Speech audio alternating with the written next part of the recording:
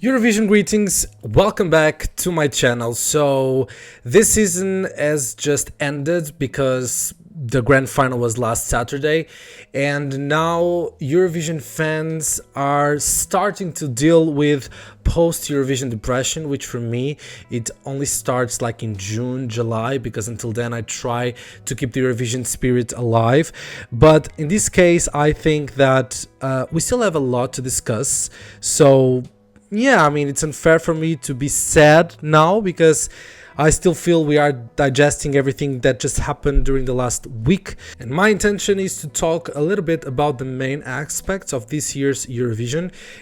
Starting with an overall perspective, I'll go and talk about the host, the stage or the arena itself, how it looked like, the postcards, which is also an important element for each one of the countries, and also the guests from both semifinals and the final. Of course, I won't talk about all of them, but those that I liked the most. So that will be my perspective for this first part, this overall perspective of the Eurovision.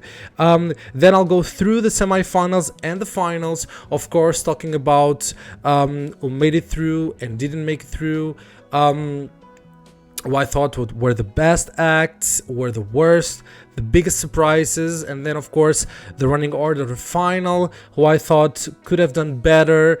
Talking about, of course, the big favorites to win, which were especially two, Sweden and Finland, and then of course the main results. Sweden won, so I'll talk about that. Spoiler alert in case you didn't see it. And then of course I think it's also nice to say what to expect from the Swedish victory and what can we get next year. So those will be my main focus. And yeah, I'll try to sum it up, even if of course I'm not good at that because it's Eurovision, I talk a lot, but I'll try. Okay, so starting off with the overall perspective of this year's Eurovision. So we had 4 hosts, even if 3 of them conducted both semifinals and the final. We only had Graham Norton to join them in the final. But apart from him, we had Alicia Dixon, we had Anna Waddingham, I hope that I pronounced it correctly, and Julia Tsanina. So I really enjoyed this interaction between Ukraine and the United Kingdom when it comes to hosting. I felt they did a good job overall. I found the only one that I really knew was Alicia Dixon, but my biggest surprise here, talking about especially semifinals and final, but overall, was Anna Waddingham, because I thought that she was incredible. Honestly, I felt her sense of humor, and I think that she was fantastic hosting because I couldn't feel her nerves. I thought that she did it pretty well. But also with Alicia, we already know her, or at least I know from Britain's Got Talent, and yeah, I loved the rap part she did in the first semifinal, but overall it was another great surprise. So it's not, you know, even if I'm talking about surprises, I think that the United Kingdom always gave us good shows, the last one being in 1998, but still we know what the British people are capable of, and I think they were waiting for this moment. No, you know, even if they didn't win last year, the fact that the organization was delivered to them just proves how much, you know, they could put on a good show. Of course, they were the runner-ups, so it would be just fair for them to host the event. But honestly, I liked it, and I think that we could be proud of what the United Kingdom has done this year with the hosts. Talking about the stage and the arena, for me, the arena was one of the big moments of the night, of the 3 nights, because, you know, I really loved when they showed the whole stadium arena, because I felt that it just suited Eurovision. You know, I love big arenas, and I loved what we got from them, you know. For example, with Tel Aviv was so small in 2019, but here it was a little bit different, so I liked it for what it was. The stage was not my favorite, but honestly it's one of the best. I think that they captured the essence of the arena, and I think that they delivered beautifully when it comes to also that small stage that was in the center. That it's not an innovation, we've seen that before, but you know, coming from the center, and you know, not having to go around to be there, I think it was the first time we had that in Eurovision, so at least in recent years, I mean. So well done for bringing us a great show also when it comes to the scenario. Even the LED presentations were nice to see. Not all the countries used them, but I felt like the stage was prepared for the majority of the entries. So I was glad that we could see the way it was. So it was great for the Eurovision atmosphere. I think I was not deluded as a fan, so that's a positive.